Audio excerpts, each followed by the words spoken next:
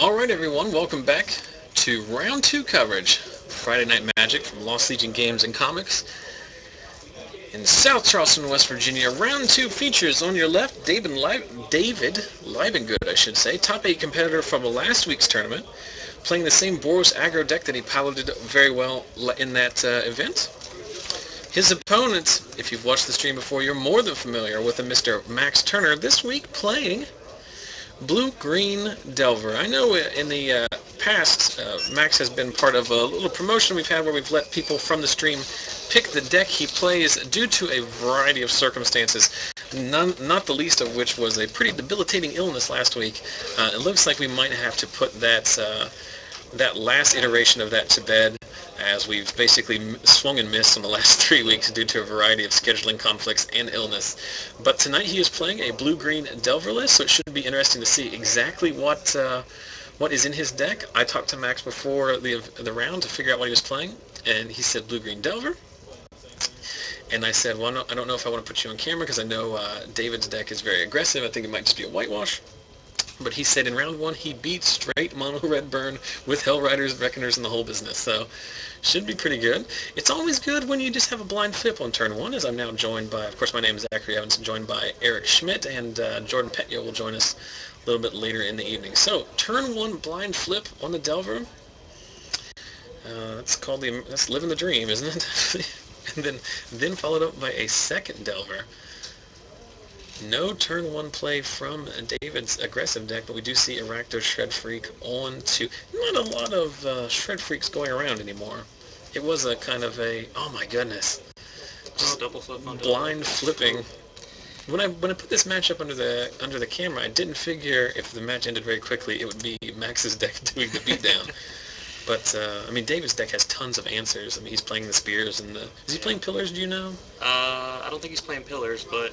From what he said before the match, he's having a rough time on lands tonight, so we might see him being slightly uninteractive, either just not being able to hit his land drops or hitting too many.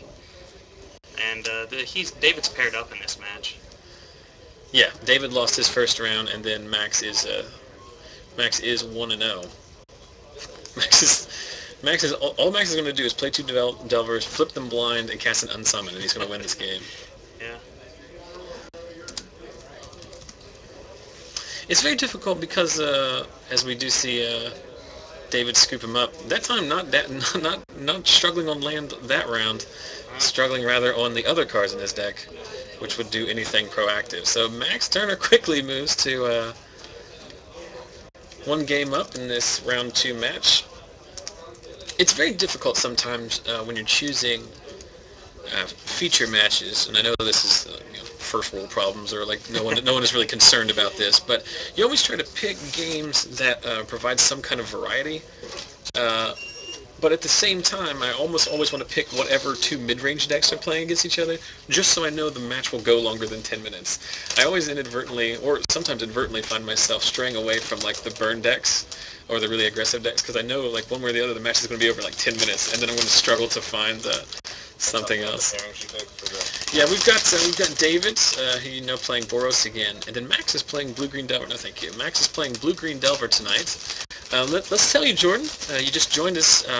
I'll tell you exactly what happened in round 1. Max cast a turn. In game 1. Already done with game 1. Done with game 1. Okay. Max won the roll, or the rock paper scissors contest, I should say. Flipped his Delver. Played a Delver, blind flipped the next turn, attacked, played another Delver, blind flipped that one, drew revealing an Unsummon. David cast Boros Reckoner, Max unsummoned it, and then attacked him to death for the win. Magic sounds like a game of Magic. Magic's really hard sometimes. Usually it's the red cards that make it, basically less skill intensive. But when I do, I blind flip another one right after. I mean, if you go big or go home. So of course, not knowing the contents of Max's deck list, I've got to think that Max is playing Delver Secret, Snapcaster Mages, and Quirion Dryads. I would imagine there have to be Quirion Dryads in this deck. We did see, as part of the Max Turner Needs a Deck promotion, about a month ago, Max before rotation, played a Rug Delver, which was basically blue-red Delver with Huntmaster of the Fells. Very good. He won the whole darn thing. We picked it. We made a deck for him on our Facebook page, which of course, if you haven't visited already, make sure you check it out at facebook.com/ZachSellsMagic. Everything is branded Zach Sells Magic. It's horrible, I know, but it's what it is. It is what it is. But yeah, so we Collective Think Tank came up with this deck, and he ran the whole thing. We played that whole event out to the finish. Yeah. And he beat Brett Rose 2-1 in the finals. If you have not watched that one, if this is your first time with the stream, remember everything that we have is archived on YouTube. If you want to subscribe to our YouTube channel, make sure to click the button at the bottom of the Twitch window. That will subscribe you to our channel. I mean, But, Bonfire was ridiculous. Yeah, he had bonfires in the deck, and I don't want to give away too much, but you should go back and try to find that. I'll mention it in the recap post. I do put a recap up every week on the Facebook page after the event to discuss everything we talk about. So I'll put a link on there to the specific playlist of videos for when Max won with Rug Delver. That deck was really fun because it had a perfectly fair matchup against everything because it was aggressive enough to meet the aggression of the other aggressive decks, and it had enough control elements that it could fight counter battles against the control decks, and then just enough tempo to out-tempo the mid-range decks. It was a very good choice. I still think Delver's a deck that's just more fair of a deck now. Delver is, because you can't go turn 1 Delver, turn 2 Ponder, and then just sit back on Mana Leak and Vapor Snags. It's not nearly, it's clearly not as good a deck, but, like we just saw, turn 1 Delver and just randomly flipping it the next turn is still very good. Question in the chat, is the local legend Adam Vickers playing tonight? Sure is. Let's see what he's doing. Adam Vickers is playing Brett Rose, I think, in round 2. Are they up a game or down? They are both, they're both playing.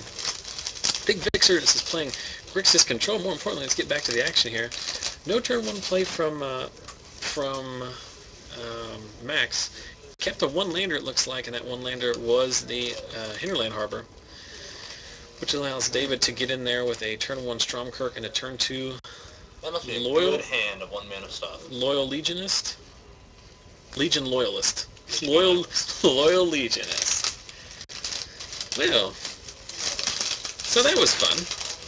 This is not turning out great for us because we can get 6 to 10 rounds out of it, or 6 to 10 games. It's really fun. They'll play at least 400 games, so this is the quickest. We've previously had a record tonight, which was the most viewers ever watching during round 1 at 185. And then another less impressive record set tonight by the quickest 2 games ever completed by 2 participants. I think we need to tell them to play longer. I'm not sure. I'll have to go back and check. And I think I might do this for the recap as well. There's another reason to go to our Facebook page, check it out tomorrow. I'm going to see how long it took them to play those 2 games versus how long it took them to sideboard. I am willing to make a small wager that they sideboarded for longer than they actually played. So of course did Max mulligan that game? I don't think so. I will admit to not paying attention. He may have been riding off the high of I just won really quick, awesome, and then kept it better. A little less well-equipped hand. Maxx is an excellent player and a terrific guy, but he is known to preemptively scoop sometimes. Yeah. But they do need to watch the clock. They're running it down.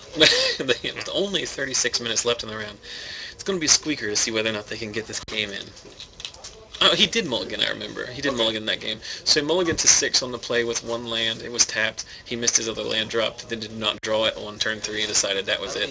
Deck run. I'm sure it's about 20-some.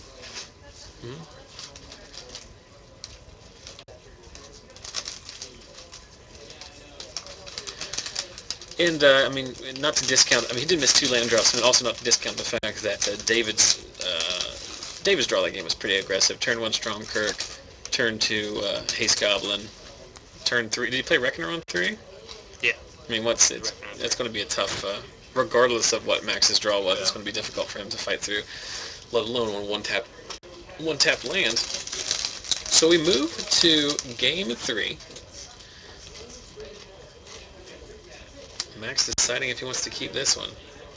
He decides yes, and leads with a tapped Breeding Pool. Put him dry, turn 2. Turn 1 Stromkirk from, and there's the turn 2 Delver. He's being cautious with his life, I like that. Well, you have to against this deck. He also may have not had the Delver turn 1. Yeah. That's always a factor as well. Turn 2, Shred Freak. He's shredding. And he's just going to trade with it. So, based on this draw, Maxx has decided he is going to play the control element. And proactively gives up his Delver in exchange for the Rakdos Shred Freak. I mean, here if you have a Dissipator or Psychic, well, I guess you can't. I'm fine with that. Like, Maxx is playing, like, multiple copies of, like, you counter this if you have it. It does resolve, however. We're going to see a Snapcaster come in and eat something. No. Unsummon? Yep. Simic Charm. I love that card. It's got some pretty nice modes. Yeah. I mean, Using the bounce target permanent, right? Is it permanent or non-land permanent? Creature. it's creature. Just creature? Yeah. So it's Unsummoned, Giant Growth, and I don't know, it gives Hexproof to everything, but it does that too. It's also a Simic Charm. Yeah, but it's Simic Charms? Unsummoned effects are obviously really good against any of the counter-based creatures. The Hexproof actually becomes a very relevant thing. I've come to find too as well when people with all the targeted stuff. So here's an interesting play. So we know he has the Stromkirk that he didn't play, but he does play a Lightning Molar and pair and pound in. Would you not have played the Stromkirk, paired it and pounded in with everything? Well, looks like he's probably sitting on a Boros Charm or Searing Spear to respond to that. Not Boros Charm. Boros Charm to Maxx directly. Yep, looks like he's eating 4. So Jordan, get ready to go find another feature match, because we are desperately close to that. And you have better luck than I do. We can stay in until it's time. Yeah, you guys watch the game. I'll find something else. I mean, One David did take this to game day last weekend, and he managed to pull out first place on Saturday. Sunday went back again and ended up at the bottom of the pool at 10. So his deck's pretty fickle on draws, from what I understand. It was a pretty rough time mulliganing. All of the aggro decks, and I heard him earlier before the round talking about how he also mentioned to me he was having some issues with. I think he can't sort out what land count he wants in this deck. But we do see Think Twice pumps the Quirion Dryad. He's going to block the Noble. David's going to block the Legionist. No, Loyalist. Legion Loyalist. What's wrong with me? I don't know. I think it's Jordan. He likes to call it the Legionist. Wow. So, Maxx, going down to 3. Oh. You actually can't. What's your response to the Boros Charm? Technically, you can't do that, but I don't think it matters. You got another one? You shut that door. Well, that wasn't nearly as exciting as I had hoped for, but just some rough draws for Maxx. You see he does side into Thrag Tusks. The gate, I guess, basically just serves as a healing salve in this matchup, but this is not the ideal circumstance for Maxx. I got Cliff playing Naya midrange, we got Jun playing Hart. Okay. It's going to be fun to watch. I was going to pick them. Are they going to game 2? Yes. Hilarious. I'm so excited to Do you know who won game 1? Brandon. I just watched him. Okay. So we are, so don't go anywhere because we do have another feature match lined up for you, as this game did finish very quickly between two very aggressive decks. We are moving to a secondary feature match, and while I fire off the quick Twitter announcement, because I am a very dedicated third-tier Magic Stream proprietor, to let everybody know, Jun's Midrange versus Naya Aggro. I think it's Naya midrange. It's also Naya midrange. Yes. He was going to play the humans deck, but he said he just didn't like it in testing. Yeah. So we will quickly move to that, but while we wait for those guys to sit down here, do want to take this opportunity, like we do every week during round 2, to give away some Magic cards. If you saw these guys or the guys in round 1 start their game with a delightful game of rock, paper, scissors using these fun cards from the Unglued Parody expansion, then you will know that clearly doing so is starting your game not unlike a boss. Guys, this is it's 2013. We're living in the first world. Sorry. You can come in and next round. I can go That's fine. It's all right. He'll be back later, as we do get joined by Max Turner. But we have reached our 3 commentator limit. There's a hard cap on that because broom closets, man. well, it is a broom closet, and also JB, the store manager, has very rightfully asked that we don't jam it full of bodies, because God forbid anything should happen, none of us would be getting out of here I alive. think it would be hilarious though. But let's get back. It's not necessarily hilarious when everyone dies. I think I want to disagree with that. But I think we can all agree that the best way to start your game of Magic is with a delightful game of rock, paper, scissors. If you don't have your own play set, then you, my friends, are in luck. We give them away every single week. Multiple ways to enter. The easiest is to go to facebook.com/ZachSellsMagic. Look for the giveaway announcement, which I'm about to post, and then like, comment, and share that post. All of those get you a separate entry into the drawing. It will also post to my Twitter feed, which is twitter.com/ZachSellsMagic. And if you retweet it there, you will also be entered to win. But make sure that when you do that, you must remember that you must like the page or be following me on Twitter in order to actually win. Are they worth a ton of money? No. Are they worth a ton in sentimental value? No. Some would say no. I'm just... Some would say no. Others would say hell no. And some would say... Some would say a waste of time. Some would say a complete waste of time. But they are pretty fun. Lots of people like them. I have, in fact, just posted that giveaway, so make sure to head up. They are not foils, but is there ever a way to get them foiled? you can make parody foil one. I mean, you can make your own foil one if you wanted to, but that's... there were no foils in that set? There were no foils in Unglued. There were in Unhinged, I believe. Yeah, there were in Unhinged. Yeah. So we move back here to round 2. On the left, we've got Cliff Marcum, the man with the playmat that receives more questions than any other thing on the stream.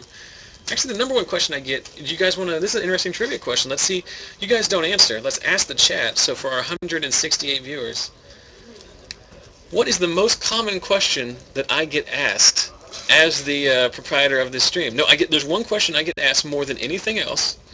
And I want to see if any dedicated viewers will know. I've mentioned it before in the past. One of them I get a lot is, do I own the store? That's not it. Another one is, where can I get Cliff's playmat? I love it. But that is not the one I get asked the most. Cliff does have a very... Someone asking, do I sell magic? That is a common one, but not the most common. How many people are serious? Do you come here often? That's a question I get asked a lot at the club, but not so much here. I am, of course, happily married, and I mentioned that because tomorrow, my wife's birthday. So happy birthday to her. She's watching. That's a bunch of brownie points. Well, actually, she watches a considerable amount, because one time I was making a joke, not at her expense, but that involved her, and she piped up in the chat and said, watch it, because I am here, and I will be upset if you slander me, which is justifiable. So we've got the battle of the mid-range decks here. We've got Cliff on the left. Aurelia's in one of these decks. Playing a Naya mid-range, it has Aurelia in it, yes. And a lot of other mid-rangey and aggressive type creatures. And then Brandon Hart playing Jund mid-range. He played that last week. He's clearly the control in this matchup. Cliff is going to be the beatdown. You did say Brandon got the first game, right? Yes. I would think Brandon would be slightly favored. I think the game basically revolves around, does Cliff land Aurelia? Because it's very difficult for Brandon to remove it on Cliff's turn, as we all know Aurelia with haste. I mentioned the Grand Prix where a guy had an Aurelia on board and still lost that turn, and he had an insane amount of force. The guy was just like it was Tom Martell's match.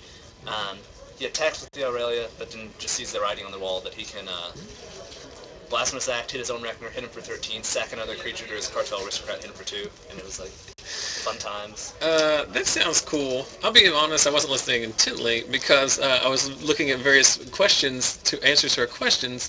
One is the sound on, which is a hilarious one from Matt Taylor, because I used to turn the sound off in between rounds when I walked out to get feature matches, just so someone wouldn't embarrass themselves by saying something. But some people would think it's not working and they would stop watching. So that was a very good one. One question is, am I the very model of a modern Major General? So that's interesting musical callback there, like that. Does anyone else get it? No. Modern Major General? No one has guessed it correctly. So remember, I'll give it one more go here as we are still shuffling out. But that is an interesting trivia question for the night. What is the most common question that I am asked. Winner? Winner receives Nothing. absolutely nothing. Well, that's not true. They do get the solemn satisfaction of knowing that they knew something no one else did. Well, we are. How big is my beard? That's a good question. And That's when like a jelly bean question. I get a lot of questions about my beard, but that is not the most of them. Oh, well, we have one that's basically... Wait, we might have had one. There it is. So, congratulations to Army WoW X with the winner, which is, where did I get the phone at? The question I get asked more than anything is 100% and without a doubt, what app are you using to keep track of life? And I will just go ahead and preemptively tell you right now that the answer to that is it doesn't matter because it's no longer available in the App Store. Thanks, Wizards. You guys are jerks. Well, I don't know if they shut it down or not, but it's... I got it like 3 years ago. There was some interesting news this week as Cockatrice, beloved de facto playtest program, open source coded program that a lot of people use to playtest and play online, receiving a cease and desist order from Hasbro Legal. So that's this raised some interesting discussion on the various social media circles about players' senses of entitlement versus legal rights to steal someone's intellectual property. They mostly have a problem with using all the images. I think we could just use proxies for everything. It's one of those things where, as someone who plays on Cockatrice, or I don't really play on it, but I use it for playtesting and for like deck art storage and gold fishing and stuff like that.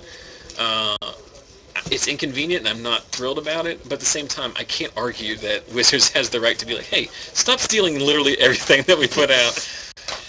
Especially if they didn't have Magic Online, then maybe you could argue that it's not directly affecting with them. And I know a lot of people have talked about like it doesn't directly affect their bottom line, but I mean you can't objectively look at the situation and be like, no, they're way out of line to make sure that they don't use all of their... You can if you're a guy like me who's stupid.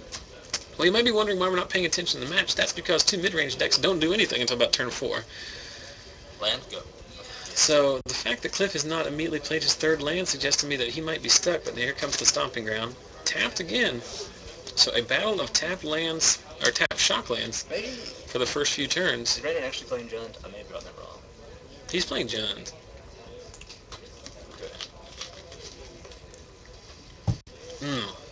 Breathtaking action. I don't know if you guys can keep up with this. So, Cliff to 4 mana. His deck is playing Restoration Angels, correct? And we're going to see a Farseek here. IDK. Surely it's playing Thragtusks. IDK. Oh, I know. There's no way that deck does not play Thragtusk.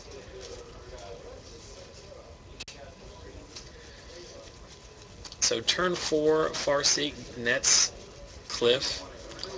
Stomping Ground.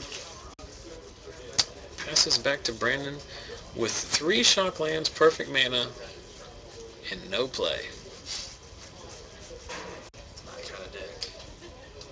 Who do you think the game favors the longer they play this draw-go game?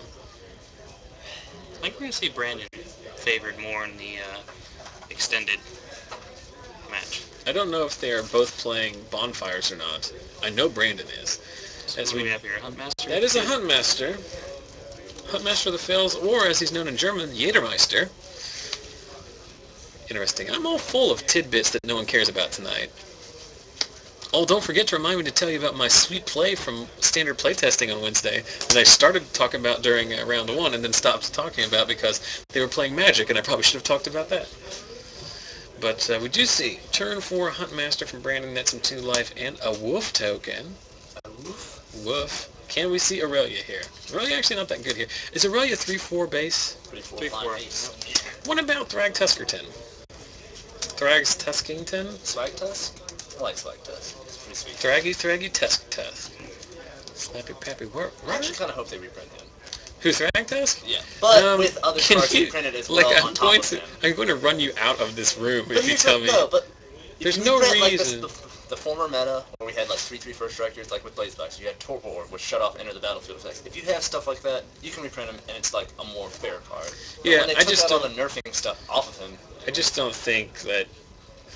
I'm just not real thrilled about seeing. Well, they could make Mini Tusk.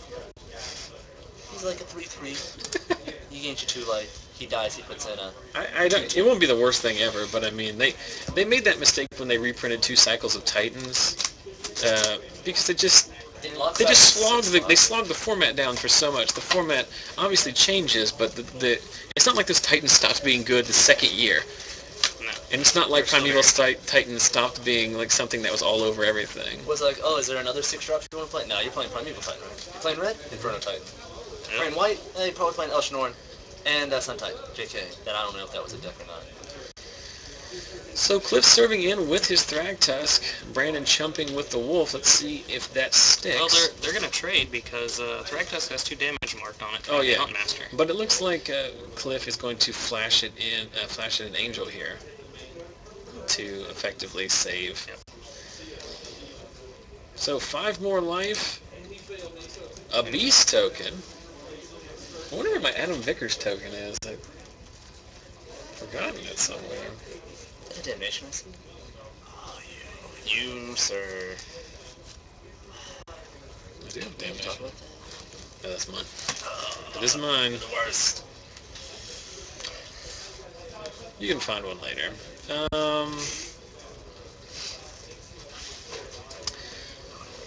So, back to Brandon, who untaps with 6 mana, a flipped Huntmaster, the Wolf token that accompanies it. And here comes Mizium Mortars, Overloaded? just like the best thing possible in this spot. With Overload, so that's going to do 4 damage to every creature that his opponents control, and there's only one opponent. Everybody take the 4 damage. I wonder if Cliff has a Boros Charm in his hand, and is now like very much regretting the play from previous. Although you can't necessarily, I mean, you can play around Mortars there, but That's like certain cards you just forget about. I mean, I don't know. I don't think anything about that was a mistake. I think it's just different lines of play that you can. Yeah. Like, of course, if you. He has a 3-3. Where the 3-3? You get his Beast. Yeah. Remind him of the Beast. Beast. Hey. Cliff. Thragtusk makes a Beast when it dies.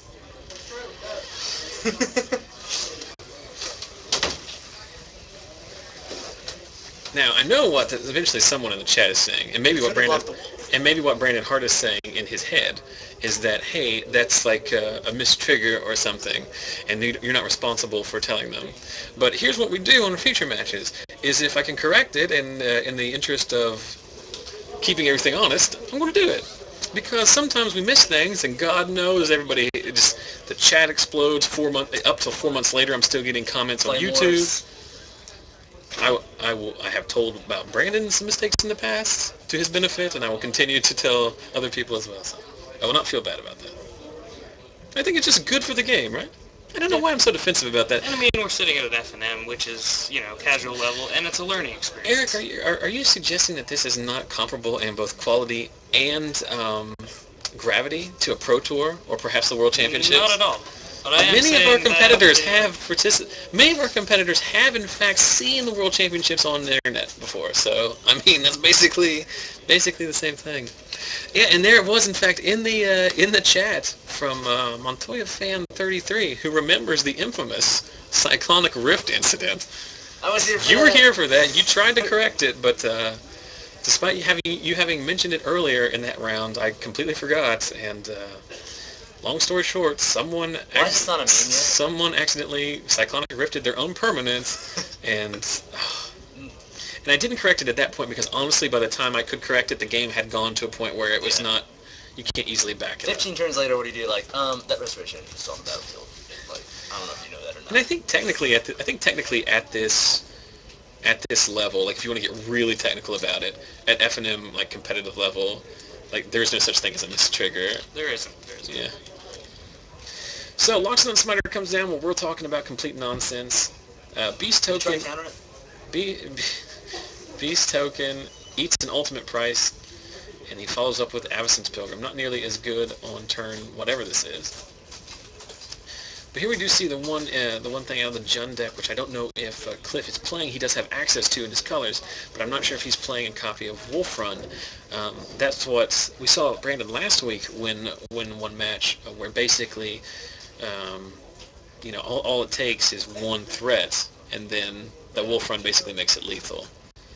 Because the Jund deck is effectively a ramp deck. What I like here, and I'll just read Bonfire for 1 clears out the Arbor Elf.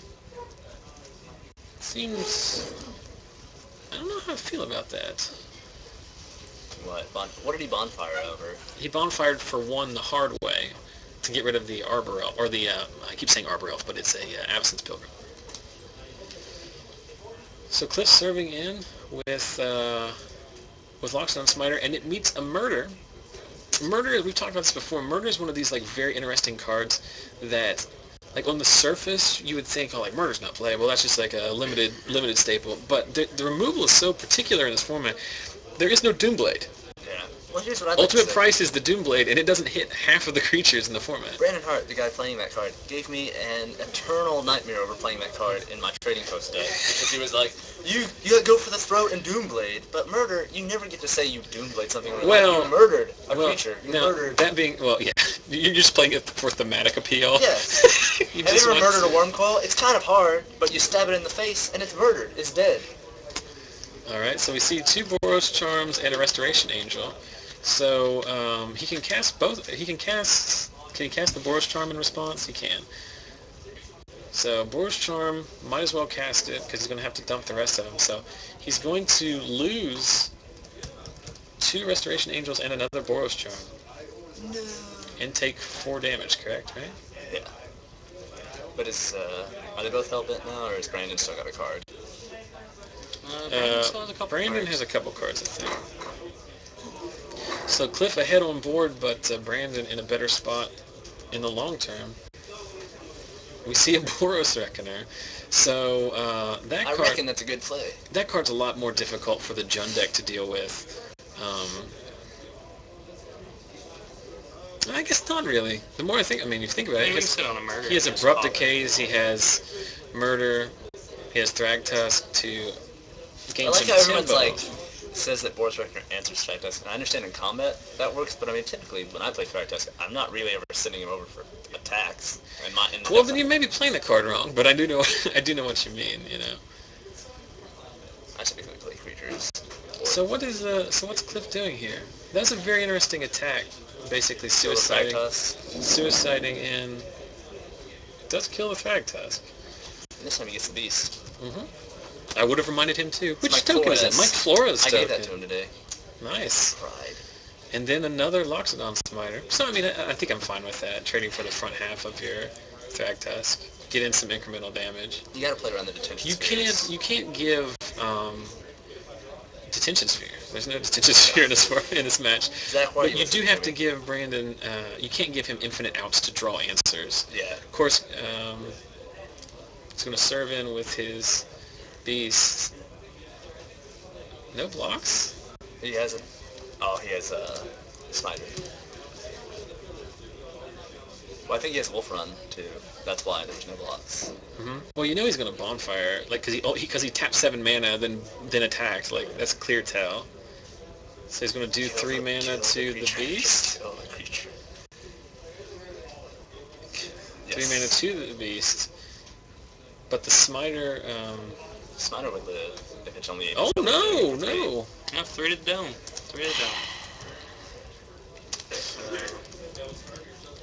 I think Cliff doesn't realize the Wolf Run because he's just going to lose next turn, right?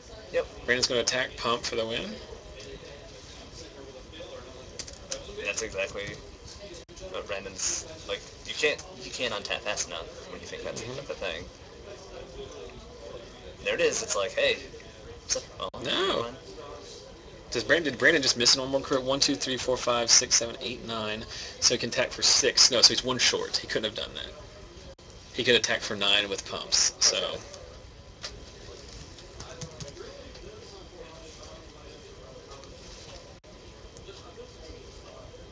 So it's not, he has 9 mana, takes 3 to activate, so 6, so it would have been 9.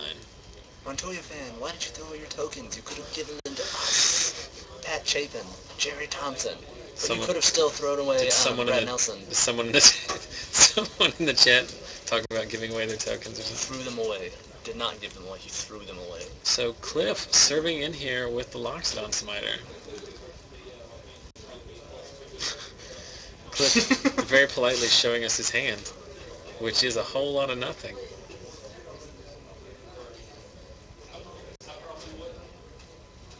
I'm fine with that block too. I mean, you only need at this point. This is lethal. Yeah. I'm not finding any more gates after this. I'm done. Yeah, it's fine. I don't think anyone else is actually playing anymore. What? Pump fake. Tap 6 for the double land. So, once again, the old adage of in the battle of the two mid-range decks, whoever draws the most Thragtusk usually wins.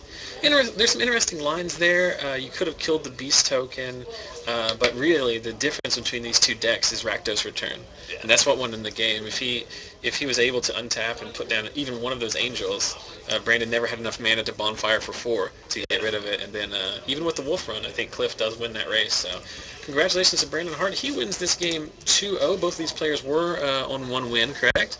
And now Cliff will curse us to death. Cliff more than anyone else, has the worst luck on camera. All right, so Jordan's going to step out briefly. I'm going to mention once again, as we are under 10 minutes left to go in the round, so that will be, it'd be unlikely that we get another feature match. But you will get another chance to win some sweet Magic cards. So every week we give away a playset of rock, paper, scissors cards. You'd be surprised how many people are literally thrilled when they win these cards, both online and in person. So if you want to win your own playset and start all of your games like we start every feature match here on the FNM stream, just make sure you go to facebook.com/ZachSellsMagic. Look for, hey Garrett, look for the giveaway post, which I posted earlier in the round. It says something to the effect of we're giving away cards. Seems pretty self-evident from that point. Make sure you like, comment, and share that post on Facebook, or retweet the same post on my Twitter. More information available there.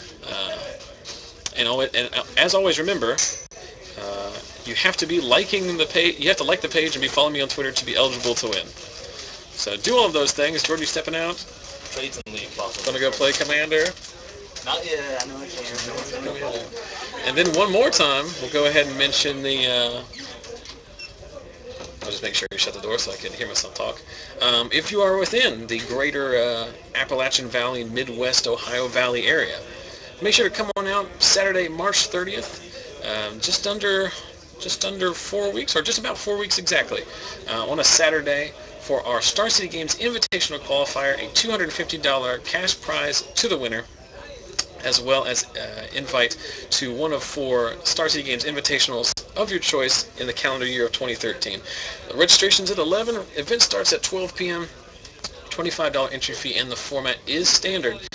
Trying very desperately to pack this building. So $250 cash to the winner, then prize packs as listed. Those, of course, are the minimums. Additional prizes will be awarded based on attendance. So if you're coming, make sure you pack your car. That just means the winners win more. Top 8 also gets their own set of their own exclusive playmat and top 8 pin, as well as a few Star City points if you want to grind your way into the Invitational, the hard way door prizes, and additional prizes based on attendance. They will all be, there are door prizes that will be drawn randomly. And there's the address for Lost Legion, as well as the phone number, and you can check out their website at lostlegiongames.com. And if you are in Europe or otherwise detained and can't make it down, you can catch all of the action live here, streaming on twitch.tv/ZachSellsMagic. So this is the first major event that we've had here at the shop since I've started doing the broadcast, so it should be pretty interesting to see how many people show up. I've already gotten a fair number of people that I know are coming from distance. I know we've got one gentleman coming from the state that's below us, has Virginia. It has the same word in it. I can't remember it. So we got some people coming from Virginia. We've got multiple people coming over from Ohio, as well as other people in the West Virginia area. So seriously, if you're within a couple hours drive, make sure you come down and check it out. If you just the first time watching the stream tonight, you want some more information, feel free to get in touch with me through our various forms of social media, and I will give you as much information as I possibly can. Last week, Brandon Hodge volunteered to pay for the first person who comes from Europe. He's going to pay their entry fee. So you spend $600 or $800 on the plane to travel, and you get $25 entry fee. I'll buy you dinner too, but obviously we're joking about that. Just make sure you watch the stream. That is a good, convenient time for people in Europe to watch the stream, because it will be a Saturday at basically like dinner time. So if you don't got anything going on, you can check out some sweet imaginary wizard fights. Just some quick business. We are under 5 minutes or just about 5 minutes to go in the round, so we'll move into round 3 of 5 here shortly. Don't have time for another feature match. Also, for the giveaway for Rock, Paper, Scissors for this week, we will be drawing that offline tomorrow, as I didn't have time to prepare that today. So make sure to check out our Facebook page, facebook.com/ZachSellsMagic. So Eric, we talked earlier about Grand Prix Charlotte and how it was just a literal mass of humanity down there. 2,700 people participating in that event. Did you follow any of it, or did you? I didn't catch a lot of it. I heard stories. I heard some good stories. Yeah, but it was, we talked about before, it's pretty amazing.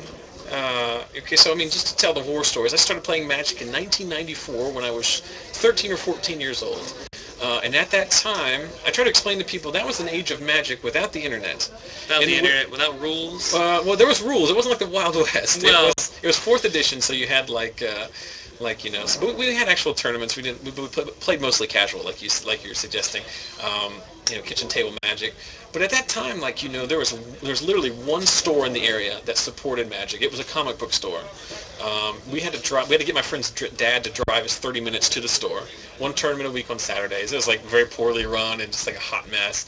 And it was the kind of time when you could only play one Sarah Angel in your deck, because back in the day, Sarah Angel was the best thing that you could do with 5 mana. It was a pretty nice card. Because that was the only copy that you and all of your friends had ever seen. Yeah. Nowadays it's Boros record is $30. I can't believe I have to spend $120 on cards. But the fact that you can go to whatever retail outlet you want, or come in here to Lost Legion and just click and add and whatever. Not to mention all the additional advertisements, strategy websites, all kinds of stuff like that. So the reason I bring that all up is I started playing Magic when it was mostly just me, 4 or 5 friends, 3 a.m. in the morning on a Saturday drinking Mountain Dew, playing at somebody's house, And now we are getting almost 3,000 people to come to events in Charlotte. And Charlotte is not even, it's a big metro area, but it's not the biggest. No. It's not anywhere close to being a Philadelphia, Phoenix, LA, Chicago, Houston, New York, all of those places. So it's amazing that Magic is so popular right now that you can get that kind of turnout for these various events. So it'll be very interesting to see where that goes in the future. I know I'm trying to think where the next few Grand Prix coming up are. I know where one is. It's Grand Prix Pittsburgh, which is on the 23rd, the weekend of the 23rd in March. I will be there. I think some other people from the store are going up as well, so make sure you hit us up if you're also making the trip. But people are very anxious to see, does that 2,700 people roll over to stay as a because it's also Pittsburgh is also East Coast, Midwest, Northeast accessible. It's pretty centrally located to some major metropolitan areas, so you can come from Chicago, from New York, New Jersey, as well as from Carolinas and stuff like that. But and it's also sealed. It's also Gatecrash sealed as the format. So sealed usually results in a lot more casual players coming out as opposed to constructed. The good thing about sealed is you can show up with $40 and that's it, and you can play the event. You don't have to have put in time play testing or acquiring cards or spending. I think the Jund deck at this point is about $800. Well, You gotta look at that crazy land base. We're so greedy right now. Yes, it is. And until they print the copious amount of copies that are coming out in the Dragon's Maze packs, for those of you who are not aware, I think it's pretty common knowledge at this point, but they did announce that with Dragon's Maze, which is the 3rd set in the Return to Ravnica block, they're doing the pre-release as a 10 guild pre-release. So if you've played in either of the previous 2 for Return to Ravnica or Gatecrash, you get to choose your guild pack. There are 5 for the first event and then 5 for the second event, and then you have guild booster and things associated with your guild. Well, for Dragon's Maze you can choose any of the 10. So you can still get that same feeling. Lots of people love that. Were you able to participate in any? I was. In pre-release? And it's just a lot of fun. You get to pick your team. Everybody likes to be part of a team. Yeah. That's like politics. Everybody talks about politics is because everybody wants to be in a team. I want my team to win. And sports is obviously team-based and stuff like that. But it's still on top of that, you get a secret guild alliance. Yes, you do get in Gatecrash, so you get to pick 2 teams essentially. Yes. So there's a lot of cool thematics that are going on with the Dragon's Maze. There's also a mythic land that they've not spoiled, but they've talked about. There's the first mythic land, which will obviously be some kind of Dragon's Maze. The thematics is that there's some kind of Niv-Mizzet constructed maze that's crucial to the thematics of the set. But more importantly, and the reason I bring this up is because they've announced that 4 Dragon's Maze booster packs, not just the booster packs used for the pre-release. But for all booster packs, they're removing the land slot. So there will no longer be a basic land in the pack.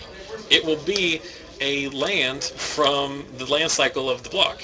So it will be either shock lands or some other guild gates or possibly the mythic land. So they have common, rare, and mythic, and it will appear at the same frequency as commons, rares, and mythics. So it's not like every pack will have a shock land in it. We can always hope for No, that. but you can now you can get 2 shock lands in the pack. Maybe You can get 2 shock. You can actually, I think, get 3 because I think you can get a shock land as. No, you can't because it's not going to be part of the regular set. But you could also get a. Oh, that's true. Yeah. You could get. We get a foil. You can't get a foil.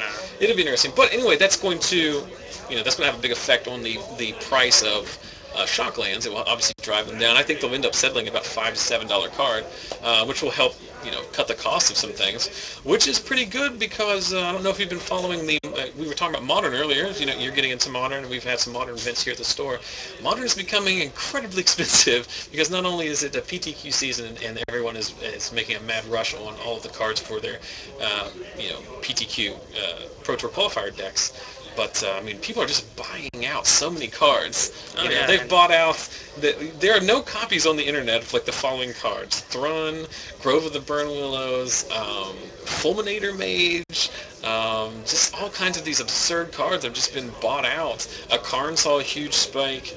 Just a lot of speculation and stuff like that. So this is one way Wizards is trying without ruining the secondary market, which I know they try to avoid. You can at least make the shocklands cheaper, and that is, of course, the basis of Modern is a shockland-based format. That's part of the reason why they showed up in Return to Ravnica, I imagine. But should be very interesting to see that. I look forward to it. Pre-release is obviously always one of the most fun times of Magic. You get to see new cards, you get to play some sealed, and the thematics of the guilds make it all the better. It will be interesting to see how many people roll up to Pittsburgh.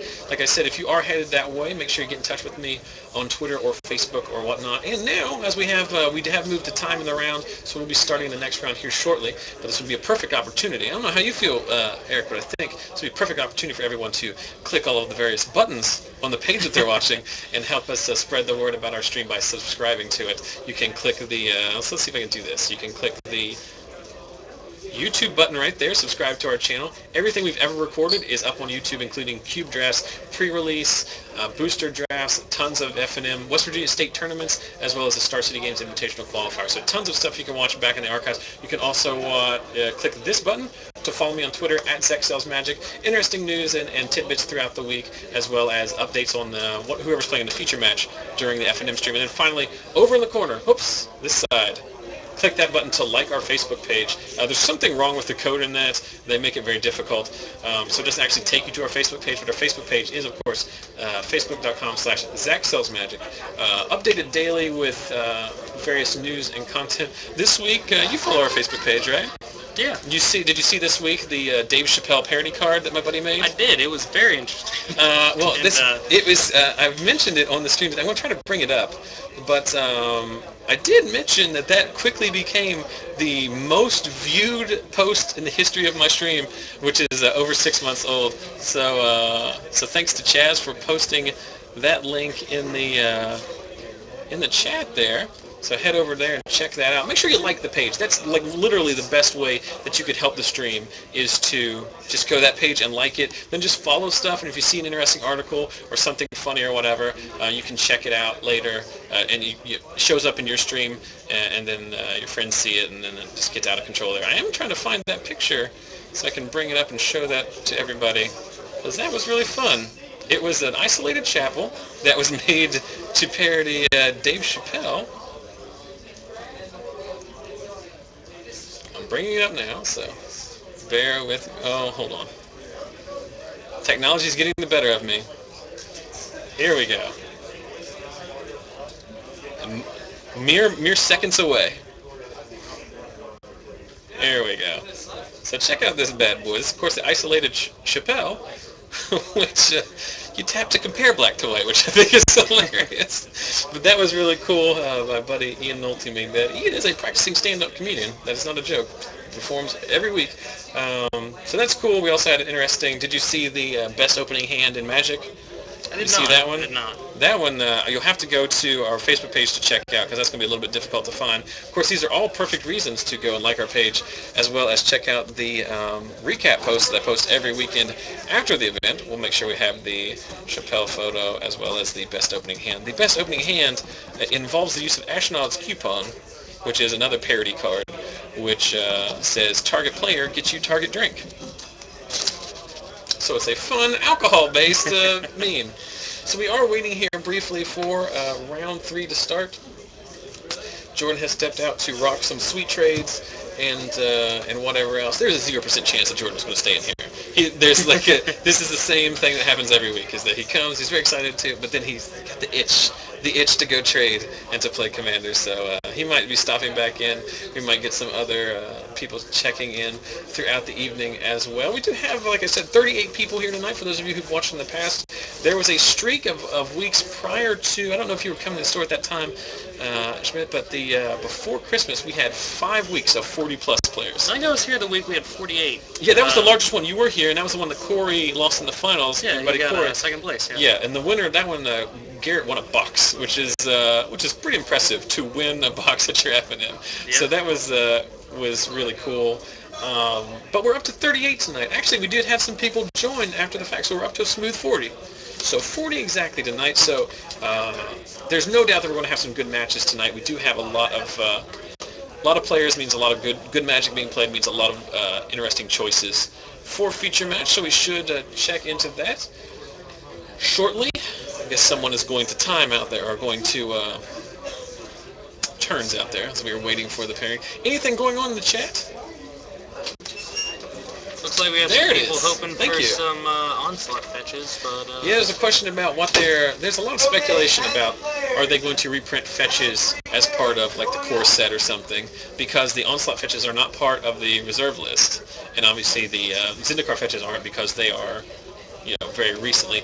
Although they have basically said that they don't like to reprint cards like that within 2 or 3 years of printing them, because it discourages people from buying cards, because new players will, they'll buy cards and they'll invest in them, and then they'll see them immediately reprinted, and it's very discouraging. Yes. They have come out and said that they don't like to reprint cards. That's why the Zendikar, they came out immediately and said Zendikar fetch lands are not in Modern Masters. Like, it's just, like, those cards are only 3 years old, and it's... Well, yeah, Modern Masters only goes through Alar Reborn. Yeah, but that's why they did it, is because they didn't want to print cards that people had just bought, and it's, you know, you want people to feel like the cards they bought are good for a certain amount of time without them immediately getting reprinted. So that's a good, interesting thing. You always have to balance the reserve list and alienating players who've invested versus cost of entry and players who can't afford to play. So that's very interesting. I, of course, as I'm still trying to finish my foil playset of Zendikar fetches, hope that they don't reprint them immediately. But more importantly, I have round 3 pairings here, so I'm going to step outside, we're going to switch cameras, and we will find you yet another feature match. So stay tuned, we'll be right back with more.